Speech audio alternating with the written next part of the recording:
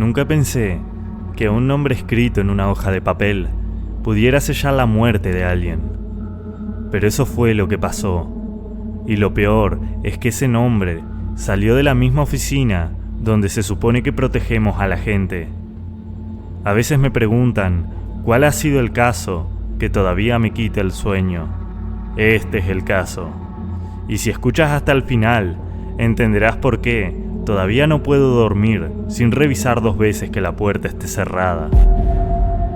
Voy a contarte algo que nunca debería haber pasado. Algo que enseñan en la academia como ejemplo extremo, pero que en la vida real casi nadie cree posible. Una mujer que sobrevivió a una masacre estaba lista para contar todo. Era la única que podía detener una red de corrupción que llevaba años enterrando cuerpos y verdades. Pero antes de que llegara el día del juicio, alguien dentro del mismo sistema que debía cuidarla decidió que era más sencillo callarla para siempre. Yo no sabía la magnitud de lo que estaba por descubrir. No sabía que todo el caso se me iba a ir de las manos en cuestión de días. Y no sabía que una decisión sencilla, como confiar en un correo interno, iba a convertirse en la diferencia entre la vida y la muerte. Te hablo de una mujer llamada Lucía. Era la única sobreviviente de una masacre en un pequeño poblado que, según la versión oficial, había sido obra de un grupo armado local. Pero ella vio algo distinto. Ella vio emblemas, placas y detalles que no cuadraban con la historia que alguien allá arriba quería repetir hasta convertirla en verdad. Cuando la entrevisté por primera vez, temblaba tanto que tuve que pedirle que respirara conmigo.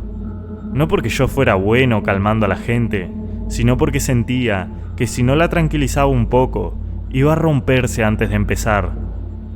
Y ella no podía romperse, ella era la pieza clave. Para protegerla, pedimos una orden especial. Cambio de identidad temporal, traslado a una casa segura, vigilancia continua. Todo hecho siguiendo el protocolo al pie de la letra. Eso creí. 3 días antes de su testimonio, apareció muerta. No fue un robo, no fue un ataque improvisado, no fue casual, fue un mensaje, y no era para ella, era para mí. Esa noche entendí que todo lo que habíamos hecho para protegerla no había servido de nada, porque alguien dentro de nuestra propia oficina había filtrado su ubicación exacta, y yo debía encontrar quién. Voy a llevarte paso a paso por esos días, porque cada detalle importa. Cada minuto perdido fue como dejar una puerta abierta para quien ya sabía exactamente cómo moverse. 3 semanas antes del juicio, Lucía me dijo algo durante una de nuestras entrevistas. Siento que alguien sabe dónde estoy. Cuando salgo al patio escucho pasos detrás de las paredes. No había cámaras en la zona exterior, no por error, sino porque la casa segura era vieja, años sin renovarse. Cuando pedí el presupuesto para actualizarla, me dijeron que no era prioridad. Ese fue el primer error, pero no el más grave. Cada testigo protegido tiene un archivo digital con acceso restringido. Para abrirlo, se necesita una clave doble, la de su agente asignado y la de un supervisor de área. Solo 4 personas tenían acceso a la información real de Lucía. Yo, mi jefe directo, un analista que llevaba 20 años en la oficina y un enlace gubernamental asignado al caso. 4 personas. Cuando revisé el registro de accesos, apareció uno más, un nombre que jamás había visto. Lo reporté. Me dijeron que seguramente era un error del sistema, que los registros se mezclaban, que tal vez era un administrador revisando las copias de seguridad. Mentiras. La primera vez que sospeché, lo admito, fue por instinto. Y el instinto suele incomodar a quienes prefieren los informes limpios y sin sobresaltos. Pero si algo he aprendido, es que cuando una corazonada te grita que algo no cuadra, lo peor que puedes hacer es ignorarla. Lucía vivía en una casa casi vacía, con muebles viejos y ventanas gruesas. Era un lugar feo, pero aislado. La idea era que nadie preguntara por ella y que nadie supiera que estaba ahí. Eso solo funciona cuando quienes protegen la información no la traicionan. La última vez que la vi con vida fue 3 días antes de su muerte. Vestía una sudadera gris y tenía un cuaderno lleno de notas. Dibujaba mapas de la noche de la masacre, como si al dibujar pudiera controlar lo que ocurrió. Antes de irme me agarró del brazo, sus dedos fríos. «Detective, siento que alguien me observa cuando duermo». La tomé en serio. Pedí trasladarla a otra casa segura. Me dijeron que no había presupuesto. Pedí vigilancia doble. Me dijeron que era innecesario. Pedí cámaras. Me dijeron que no había autorización para cambios sin aprobación del supervisor. Cada solicitud fue rechazada por la misma persona. El enlace gubernamental. Ese mismo, cuyo acceso apareció de forma irregular. La noche antes de su asesinato, una patrulla desconocida se estacionó a 100 metros de la casa segura. Cuando pedimos el registro del vehículo, no existía, no aparecía en ningún sistema. La cámara más cercana de tráfico quedó misteriosamente fuera de servicio esa noche. No puedo describirte la sensación de ver cómo cada pieza encajaba solo para apuntar a que todo estaba planeado desde el inicio. Esa patrulla no estaba perdida, estaba supervisando. Recibí la llamada a las 5 de la mañana. La voz al otro lado intentaba sonar profesional. «Detective, encontramos a la testigo. Está muerta».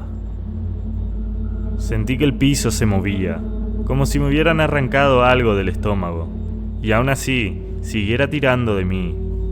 Llegué en 15 minutos. La puerta trasera estaba intacta.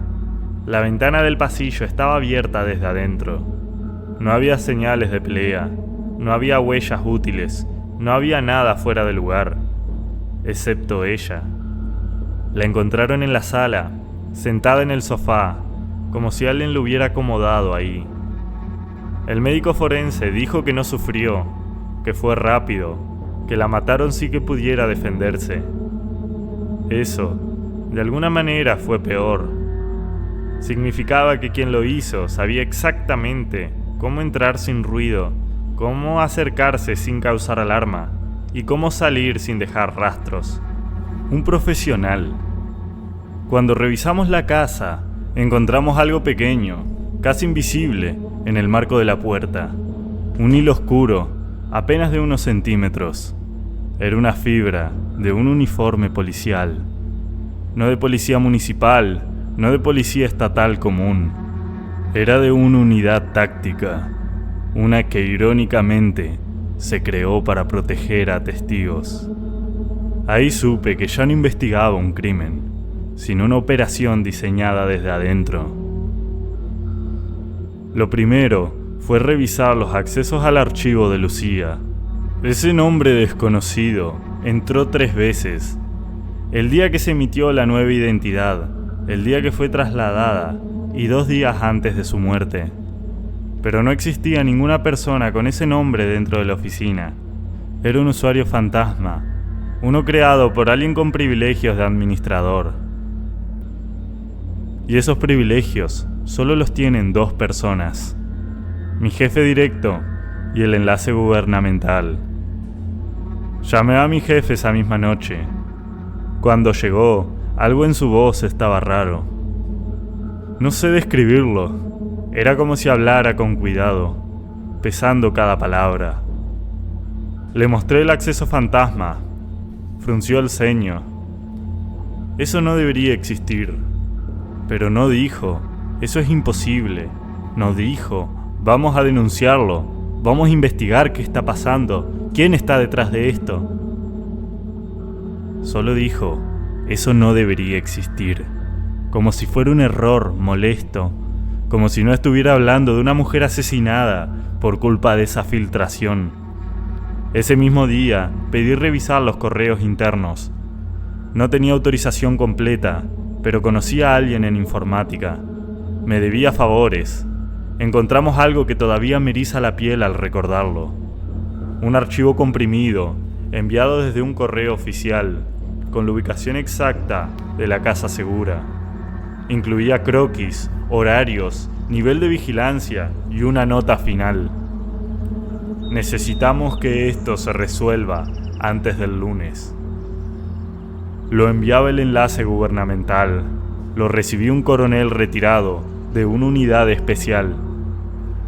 Ese coronel había estado en el poblado donde ocurrió la masacre. Su nombre aparecía en los informes internos, pero siempre de forma vaga, como si alguien hubiera editado partes comprometedoras. Cuando confronté al enlace gubernamental, negó todo. Dijo que jamás envió ese archivo. Dijo que su correo había sido hackeado. Dijo que todo era un montaje para hacerlo ver mal. Le pregunté por qué rechazó mis solicitudes de seguridad para Lucía. Dijo que estaba siguiendo el protocolo. Pero hay algo que los mentirosos no pueden evitar. Cuando están atrapados repiten palabras: protocolo, protocolo, protocolo. Cada repetición sonaba más débil. Le mostré la prueba. Su usuario había probado el acceso fantasma 4 días antes de la muerte de Lucía. La expresión que hizo no la voy a olvidar jamás. No porque mostrara culpa, sino porque mostraba miedo. Miedo de alguien más. Y ahí entendí la verdad. Él no era la cabeza, solo era la mano que firmaba. Cuando revisamos sus llamadas, encontramos números vinculados a una unidad táctica que supuestamente había sido disuelta años atrás. Al buscar más, descubrimos que seguían operando, sin uniforme y sin placa, cumpliendo trabajos delicados para personas en puestos altos. Lucía no murió por lo que vio, murió porque lo que sabía podía exponer a quienes habían mantenido esa red funcionando por años. La masacre nunca fue obra de un grupo armado local. Fue una limpieza, una operación encubierta para eliminar a personas que obstaculizaban un proyecto regional que involucraba terrenos, contratos y dinero. Lucía estuvo ahí por accidente y sobrevivió de milagro. Desde el momento en que escapó, alguien en esa red escribió su nombre en una lista, no de testigos, no de víctimas, en una lista de pendientes. 3 días después de su muerte, alguien dejó un sobre en mi coche. No rompieron el vidrio, no forzaron la cerradura, solo apareció ahí. Dentro, había una foto de Lucía, tomada desde afuera de la casa segura, una noche antes de que muriera. Estaba frente a la ventana, con una taza en la mano, mirando hacia la oscuridad. En la parte de atrás habían escrito: nunca debió hablar. Ese mismo día recibí una llamada sin identificador, una voz grave, sin emoción. Detective, deja el caso. No era una amenaza abierta, era una instrucción. Y las instrucciones así no se dan si no hay alguien con mucho poder detrás. Decidí seguir. Nunca había tenido tanto miedo, pero también nunca había estado tan seguro de lo que debía hacer. Una madrugada, revisando documentos viejos, encontré lo que nunca encontraron los auditores. Un contrato de operación firmado por miembros de la unidad táctica, 2 gobernadores anteriores y 3 empresarios locales. Era el tipo de documento que puede destruir carreras enteras.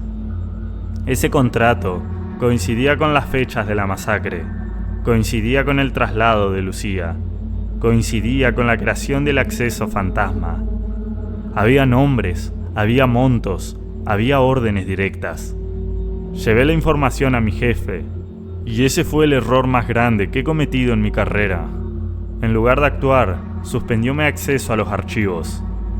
Retiró mi placa temporalmente y archivó el caso alegando riesgo operativo. Archivar, como si Lucía fuera solo una letra en un informe, como si no hubiera sido una persona que contó todo, confiando en que la cuidaríamos. Esa noche entendí que no podía ganar desde adentro. La verdad estaba atrapada en un lugar donde la justicia solo existe cuando conviene. Y fue ahí donde decidí algo que cambiaría mi vida para siempre. sacar todo a la luz. No puedo decirte cómo conseguí enviar el contrato a periodistas sin dejar rastro. No puedo decirte cuántas noches dormí esperando que tocaran mi puerta para callarme igual que a Lucía. Pero sí puedo decirte que gracias a esa filtración, la red empezó a quebrarse. No todos fueron arrestados, no todos pagaron, pero el caso ya no podía esconderse. Hoy, la muerte de Lucía sigue sin culpables oficiales. En los papeles, su caso sigue bajo investigación. Pero tú y yo sabemos que eso es solo otra forma de enterrarla. A veces cuando paso por la zona donde estaba la casa segura, siento un escalofrío, como si su voz siguiera ahí, recordándome lo que dijo la primera vez que le entrevisté. No quiero morir por decir la verdad. Y aún así murió por eso. Lo único que puedo hacer ahora es contar lo que pasó. Y espero que tú, escuchando esto, entiendas algo. El peligro no siempre está en las sombras. A veces está sentado en la misma oficina que tú, firmando documentos, sonriendo, diciendo que todo está bajo control. El caso de Lucía me enseñó que la verdad duele, pero esconderla mata. Si te gustó esta historia, mira el siguiente video.